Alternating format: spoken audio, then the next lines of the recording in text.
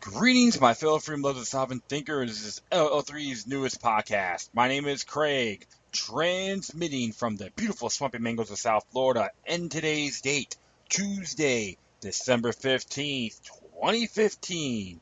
Yes, it is the date on this day in history of December 15th in 1791.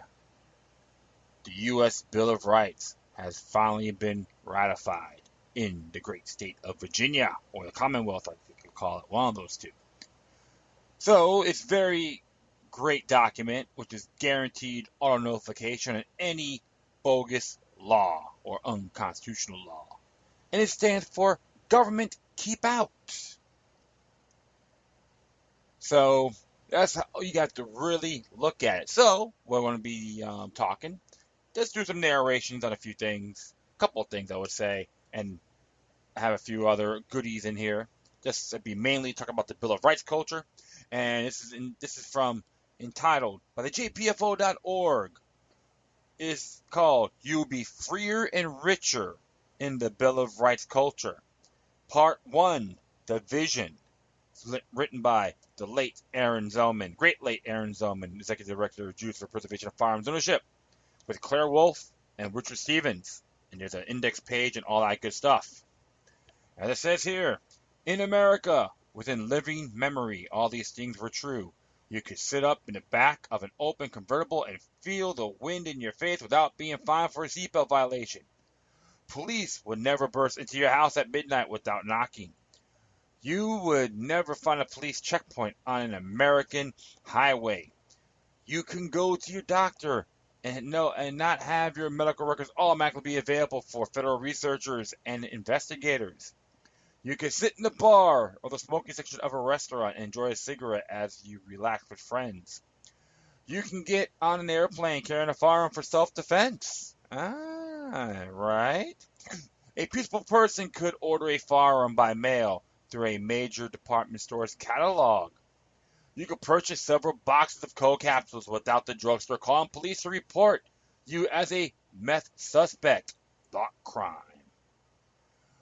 You could buy gasoline for 29 cents per gallon and a pound of hamburgers for 69 cents, although salaries were also lower than today. Household expenses and taxes were lower enough that one parent in most families could stay at home to watch over the children. Two incomes this day and age. Bend over and smile. You could open a bank account, make deposits, and withdraw money with your activities being without your activities being reported to a host of federal agencies. You can get a state driver's license without having to give a federal government ID number. Your children could explore the realms of chemistry and model rocketry without being considered potential bomb suspects. You could check books out of the library without fear that investigators will get your record without a warrant. You can send your child to a government school without him or her automatically being put on a military recruitment list. You could fill in a low spot on your property without having to beg for an array of federal and state permits. And you knew it, in a free country, your home would never be confiscated just so that the government could give it to a private resort or stadium developer. Voila. Property taxes, right? That was then. This is now. Today, matters are very different and getting worse. We're surrounded by police state security measures that do little to make us safe, but a lot to make us feel humiliated, bullied, and spied upon.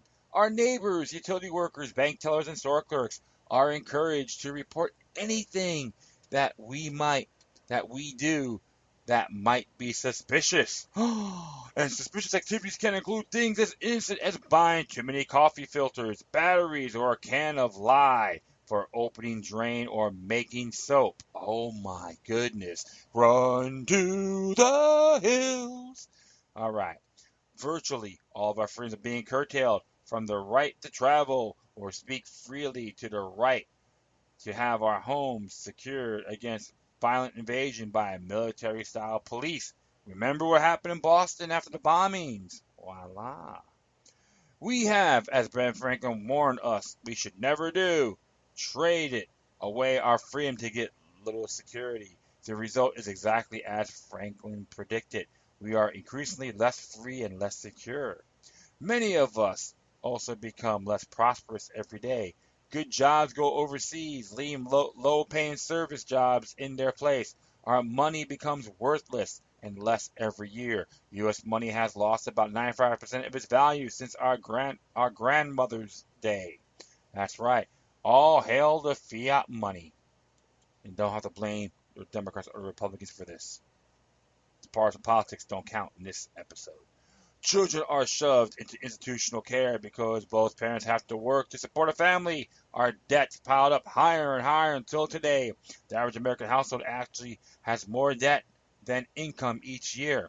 The debts being run by the federal government are even worse. In October 2005, national debt has passed $8 trillion. Okay, right now it's 2015 compared to 2005. Okay, think about that, folks. As I write this, in December 2005, the government has run up liabilities of more than $27,000 for every single living American man, woman, and child. Between January 2001, the debt increased at an average of $14,939.97 per second, or 1.291 billion per day. During the last several months of 2005, the debt has been increasing at $2.883 billion per day. Addition, during page update October 2011, compare now the increased deficit growth since the new administration from 2008. The numbers are mind-boggling, but the basic fact is simple to understand. Government irresponsibility and overreach is stealing your future and your children's future. Government takes your money, your time, your property, and your freedom and uses for your contributions to harm you. In short, big government is a form of theft. It steals your life. Big government is a form of theft. It steals your life. We got into this dilemma largely because we lost sight of the importance of putting strict limits on government. But life doesn't have to be this way. No future could be better. Now, think about a different sort of life you could have. You deposit $10,000 in your bank account and nobody demands to know where it came from. Nobody reports to the federal investigators. IRS, the guy has money. I assume he's a drug dealer. Kinda, sort of. It's the only way. That's what they want you to do. Assume. Because unless you do something overly criminal, unless investigators have justification for getting a search warrant or subpoena, your finances are considered your private business. You travel freely without being terrorized by checkpoints, pat-downs, or incessant demands of your government ID. Control of the mind. That means in Latin, government. You know that no government will deny you your right to defend yourself, your family, and your community against violent criminals. You can freely purchase food supplements or seek alternative health care, knowing that your own educated choices won't be vetoed in advance by bureaucrats. Everyone knows that your health and nutrition choices are your business, not the yahoos in Washington, D.C. I add that in there, okay? Including Dumb Down Debbie. Dumb Down Debbie, I'm a proud gino. I will continue on. Individuals are considered responsible for their behavior. Those who use recreational chemicals like tobacco, alcohol, marijuana responsibly are left alone. Those who are prone to addictions can seek medical help without fear or being arrested. Those who use chemicals recklessly, harming others, are held responsible for the behavior, not the chemical. You can be confident you won't be arrested arbitrarily. If you are arrested, you know that the justice system will scrumptiously respect your rights. You will never be tortured. You'll never be locked up for years without trial. Your assets will never be confiscated unless you're convicted of a crime in which the method and degree of asset forfeiture is explicitly spelled out in advance. You pay fewer personal taxes, which enables you to work fewer hours and provide better for your family because the business people you deal with also pay fewer taxes. Goods and services are all more affordable. Businesses are neither subsidized by government, not regulated by unconstitutional agencies. They stand or fall on their own merits as determined by their customers. That's a form of open free market capitalism, not mercantilism, nor neo-mercantilism, nor corporatism, or other words, monopolized capitalism or state capitalism. Open free market. We'll proceed. Citizen watchdog groups that you choose to support replace government intervention, making sure that bad products or unsafe practices come to the attention of purchasers. There are still poor people and disabled people in this world. They are helped by families, neighbors, religious groups, and charities because there are more opportunities and fewer economic barriers. Poverty decreases over time. Those who have pulled themselves up created opportunities for others. The generally unfortunate get assistance, but the few who persist in making stupid, irresponsible choices soon find that nobody is willing to go on enabling them.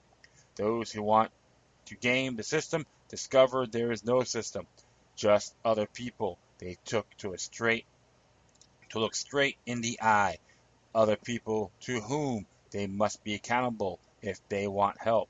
You don't live in utopia. Human beings never will. Sometimes state and local governments get too big for their britches and attempt to pass laws that limit freedom, but it's far easier to battle injustice close to home than it ever was have to fight every injustice, every outrage at a federal level. Like I said, if you want to change things, plant the seed, never no tree. There is no constant war on this or that. There is no need for such wars in barrage of media scares and draconian laws that go with them. In the world where you live, the federal government is primarily a modest-sized administrative organization without armies of career bureaucrats and regulators. It is a handful of powers delegated to it by the people and the states, but it has no involvement in daily family life, education, medicine, manufacture, agriculture, religion, media, entertainment, or the thousands of other areas in which today's federal government takes dominating 800-pound gorilla role.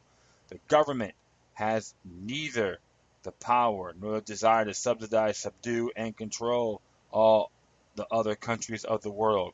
And each year, the central government gets smaller and smaller, taxing less, taking less, surrendering more and more authority to the states and the people to whom real power rightly belongs. You understand the problem, you know it, you feel it. In part two, you encounter the magic of the principles. And there's a deck clock you can hear as well. So it's very interesting when you have all this big government trying to say they know better than us, we're just a bunch of peons. You know what? They deserve a penile microphone. Because when you look at governmental stupidity, they say, oh, we didn't know. But if you and I do it, they want to nail us to a cross, crucify us, or have us walk in the crowd throwing tomatoes and garbage, symbolically speaking.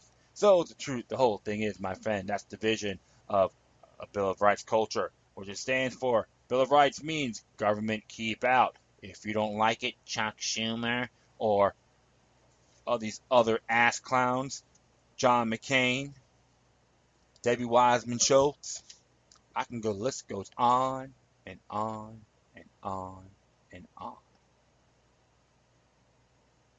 You need us more we need you. And you know what? If every person here in the United States, in the world, natural born rights, okay, starts having that mindset, they will wig out state and local level as well. Truth, justice, and the goody two-shoes way is the road to blowback. So please enlighten yourselves, share this with others, Because remember, we were born with our rights are born, never made nor legislated. When I hear civil rights, no, I say natural born rights, enumerated rights. Doesn't matter what you look like, doesn't matter what your gender is, creed, I'll say sexual orientation as well, etc. Rights of individuals. I have my rights, you have yours. I don't need the government to tell me to earn those rights or ask for them, have a civil suit. To me, natural born. So that's the vision.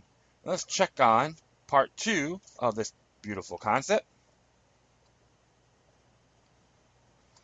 The magic of principles, written by the same folks.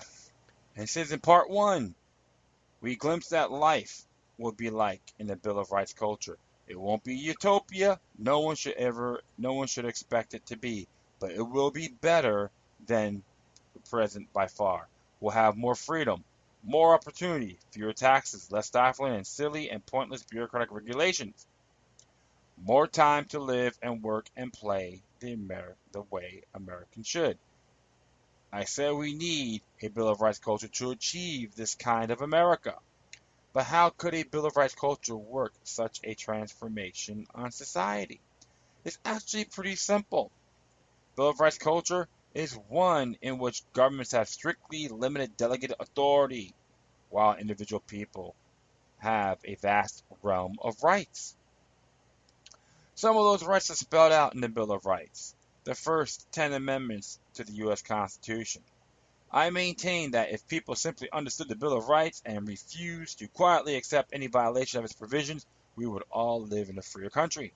Beyond all complexities of politics, all millions of pages of bureaucratic rules and laws, all billions of dollars in lobbying, money, and subsidies, lies one simple solution. Put every single thing government ever does to the Bill of Rights test, and thousands of outrages and injustices will fail. If every law had to pass a Bill of Rights test, it wouldn't matter which party held Congress or the White House, our freedoms would be beyond the greedy reach of politicians. How can the Bill of Rights do what I claim? Some might accuse me of magical thinking. The Bill of Rights is nothing but a piece of paper with a few hundred words on it. How can a piece of paper possibly reform government, wipe away tyranny and terrorism, restore privacy, and do all the other things I claim? Well, by itself, a piece of paper can obviously do nothing, but widespread understanding on what's on that paper and resulting refusal to settle for less could swiftly cut through layers of confusions, complexities, and governmental interior. By restoring the principle behind limited government, we would gradually limit government and make this country a better, freer place to live. The more limits we place on government, the more empowered people are to live their own lives, build their own communities, and make reasonable decisions about their own lives. The what and why of the Bill of Rights. Here are some backgrounds, an insight into the Bill of Rights, why I believe that adherence to the bill could sweep away tyranny and give birth to freedom. We must always return to the timeless fundamentals. Read the key words of the Bill of Rights preamble. The conventions of a number of states having at the time of their adopting the Constitution expressed a desire, in order to prevent misconstruction or abuse of its powers, that further declaratory and restrictive clauses should be added, and as extending the ground of public confidence in the government will best ensure the beneficent ends of its institution. In other words, the Bill of Rights does not, as some say, grant rights to the people. No, the Bill of Rights was written to protect rights we already have. The Bill of Rights puts strict limits on the power and scope of government to prevent government from interfering with our pre-existing rights. In other words, the Bill of Rights is a barrier erected to keep tyranny out of the country. The bill added was was added to the Constitution because state representatives feared that the Constitution by itself could be abused. Although the Constitution already spelled out only a limited array of powers that the federal government would have, many patriots saw the Constitution itself as a blueprint for big government. Many others simply feared that it would be tyrants could too easily override the Constitution's limits to extend the power of the federal apparatus over to both states and the people. So the states did merely express a desire for a Bill of Rights, as preamble politely says. Some states flatly refused to ratify the Constitution at all until they were assured that a Bill of Rights would be added. Did you see how strongly the founders demanded the protection of their rights? Liberty was a principle for which so many had suffered and died. The founders would not lose by agreeing to a constitution without written protection of those rights that supported liberty. As pointed out in Part 1, the founders' worst fears are coming true today. Powerful central government swallows up the state and local governments. The bloated monster seems unstoppable without a dramatic change in our attitudes. The federal government now recognizes virtually no legal limits on its scope of operations. It involves itself in everything from foreign adventures to what our children are taught and what we're allowed to eat or drink. What it can't achieve by law, it achieves by regulation. Most of it is which is unconstitutional or by sheer brute force and intimidation. Has the Bill of Rights failed? Perhaps it has. Lacking strong citizen support, it has failed to curb the size and scope of central government. But even in its weakened, half-forgotten state, it has still been the major factor in preserving what's left of our freedom of speech, self-defense rights, and the rights of fair treatment in court. But it isn't the idea of the Bill of Rights that have failed. The failure is ours. We, the people, have largely failed to heed, understand, and protect those ideas. So they're saying we have the duties to exercise it, not cry to government, be like Sweet Pie Purebred. We got to do it ourselves and share it with others. Most of us are at least slightly familiar with various rights listed in those first 10 amendments to the Constitution. They include, among others, the rights of freedom of speech and the press, free press, right to peaceably assemble and petition the government when we have a complaint against it, the right to practice our own religion and to be free of state religion, 501c3 compromises, the right to own and use weapons, the right to keep our possessions and paperwork free from arbitrary searches and seizures, the various rights in criminal cases, such as the right to an attorney, the right not to incriminate ourselves, freedom from cruel and unusual punishment, trial by jury, the right to question witnesses against us, the right not to be tried twice for the same offense, and several more important rights to ensure that we are not accused or imprisoned unjustly. And that and more is covered in the first 8 amendments. Then the 2 that we receive very little attention, but which may be the most important of all. Well quoted them verbatim because they are central to creating a Bill of Rights culture. Amendment 9. The enumeration in the Constitution of certain rights shall not be construed to deny or disparage others retained by the people. It's like a revised version of our natural-born rights are inalienable. Continue on. Amendment 10. Powers not delegated to the United States by the Constitution, nor prohibited by it to the states, are reserved to the states respectively or to the people. Taken together, these 2 amendments say simply and clear that the federal government has only those specific and limited powers given to it in the Constitution. That means that individual people and the states are supposed to have much more power than the federal government does. The 9th Amendment says emphatically that the rights listed here aren't the only ones we have. For instance, we're already hearing people say the Constitution doesn't guarantee any right to privacy. Horse feathers. Read the 9th Amendment. Right to privacy is implicit and is also spelled out to some extent in the 4th Amendment. If a question arises to whether the government or citizens have the greater authority in the Bill of Rights culture, the rights of the people would always prevail. In the Bill of Rights culture, that is, we would regain the power to hold action to the test. We, the people, would be self-governors, and not the cowering subjects of all-reaching state. One final reminder of about the Bill of Rights. These 10 amendments, as important as they were, does not give us anything, and we mean that in two senses. First, as I already know, the creators of the Bill of Rights believe that our rights were inborn, that by nature, such as things as freedom of speech or the right to self-defense belongs to each of us as individuals. The Bill of Rights does not grant rights to us. It was erected as a no trespassing sign to government. It said, these rights are already ours. Hands off.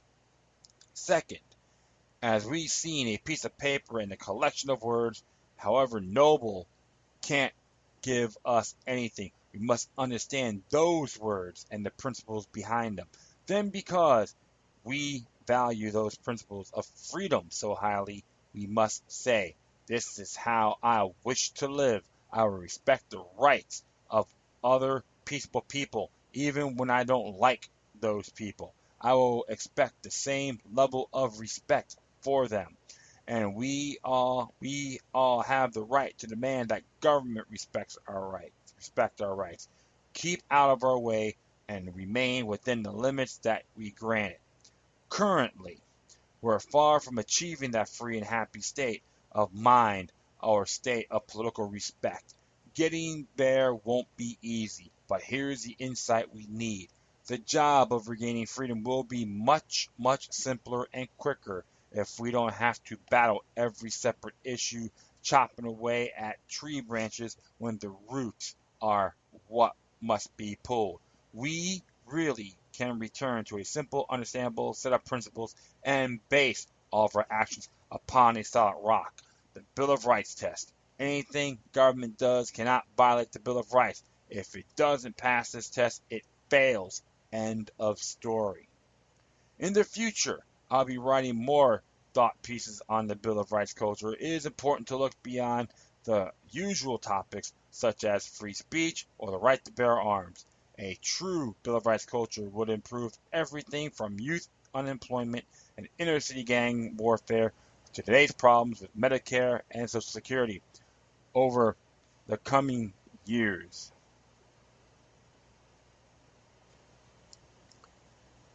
I hope to see our children and our children's children rising to embrace the principles of the Bill of Rights and refusing to settle for anything less. The principles can work the magic. Restoring freedom is hard. Doing nothing is worse. The question we must always ask ourselves is, which do I prefer? The police state that's not stealing my freedom, or a Bill of Rights culture that I can help create tomorrow? There's a lot of great things on here, other great information, so you guys can check it out.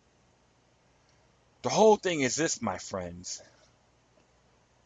Our rights, like Aaron Zellman said, may so be forever free. It's always been born, never given. They can never take it away, and I don't give two craps what some bureaucrat, bend over Bob, Barbie, Uncle Tom, and your mama of government have to say. They've been born. We were born, not given. And we should spread this natural born rights to everyone across the world.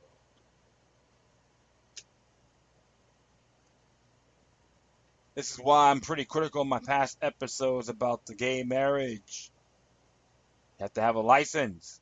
It's not a right, but a privilege. And some people may not like it, but I'm being very sincere. Even with that Kim Davis case, license is a privilege, and I did talk about it, but you can look at it yourself. I don't even know this person, but I give you my intake, but you look it up yourselves. Black Laws Dictionary, and type it in. marriage license. You'd be surprised. So what I'm going to be doing, there's another link here I'm going to add on the Bill of Rights. It's in 15 languages, so you can check it out yourself. And a great quote says here, a Bill of Rights is what the people are entitled to against every government on earth, general or particular, and what no just government should refuse or rest on inference. Thomas Jefferson to James Madison, 1787. So I'm gonna add that and a video and a YouTube channel on the Bill of Rights Institute to give you a whole rundown. Definitely check that out. Observe responsibly. And that is really it. I'd like to thank everyone for listening to this episode. Plus, feel free to download and share this throughout your social media network. So what are we going to say about the Bill of Rights?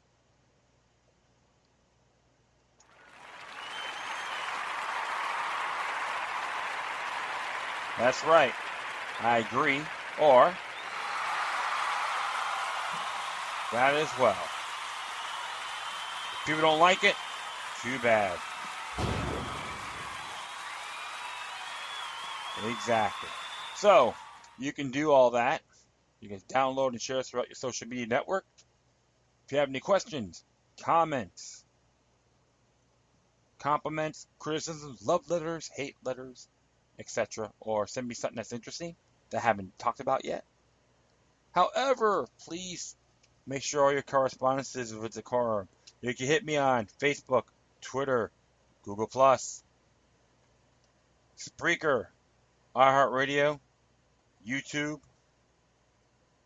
World Truth, or Seen.life, SEEN.LIFE. I just started using it, so it's pretty interesting. Little supposedly privacy social media group. And usually I'll get those. I'm on Tumblr, but I rarely go on there, so I recommend you don't use that. Put your comments in there.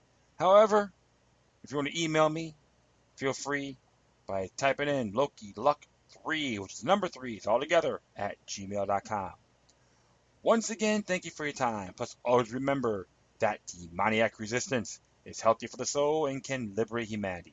Until next time, take care of yourselves, keep on spreading love, and may your guardian spirits be with you.